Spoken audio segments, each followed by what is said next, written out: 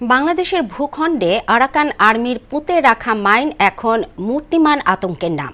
সম্প্রতি মাছ ধরতে গিয়ে মাইন বিস্ফোরণে পা হারান সীমান্তের বাসিন্দা মোহাম্মদ হানিফ। এমন পরিস্থিতিতে অনিশ্চয়তা আর আতঙ্ক থেকে মুক্তি চান সীমান্তের মানুষ।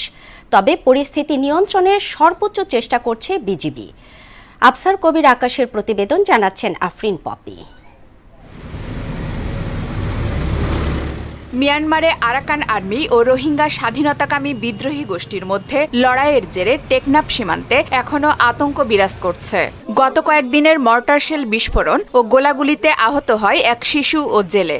এছাড়া মাছ ধরতে গিয়ে মাইন বিস্ফোরণে পা হারান মোহাম্মদ হানিফ।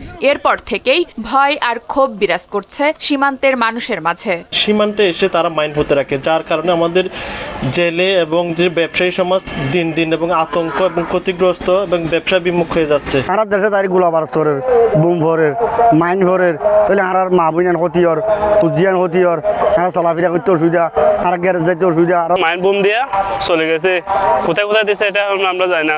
তখন মাইনের ডর, আমরা কি যাইতে পারি না ওইখানে, এখন মাছ ধরতে পারি না। আমরা সামনে থেকে চলবো, কিভাবে চলবো? আমি অনুরোধ করতেছি সাধারণ জনগণ হিসাবে মাইনগুলো কিভাবে তোলান যায়। আমাদের একটা দাবি, মাইনগুলো তুলে উদ্ধার করে আমাদের সরকারের আমাদেরকে নিরাপত্তা দিবার জন্য। ল্যান্ডমাইন আতঙ্কে বাংলাদেশিরা কর্মহীন হয়ে পড়ছে।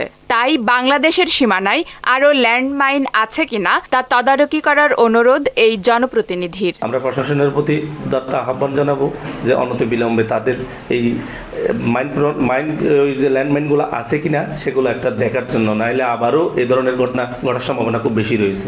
মাইনের বিষয়ে খতিয়ে দেখবেন জানিয়ে পরিস্থিতি নিয়ন্ত্রণে বিজিবি সর্বোচ্চ চেষ্টা করছে বলে জানান রামুর সেক্টর কমান্ডার। আমরা বর্ডার গার্ডের সদস্য হিসাবে এখানে প্রতিনিয়ত 24 আওয়ার্স আমাদের দায়িত্ব পালন করছি এবং সতর্কতার সাথে দায়িত্ব পালন করছি যেন এই সীমান্তে সামনে আর কোনো সমস্যা না হয়। সীমান্তবাসীর একটাই দাবি, সীমান্তে পুঁতে রাখা মাইনগুলো দ্রুত সরিয়ে জেলেদের মাছ ধরার সুযোগ করে দেওয়া হোক।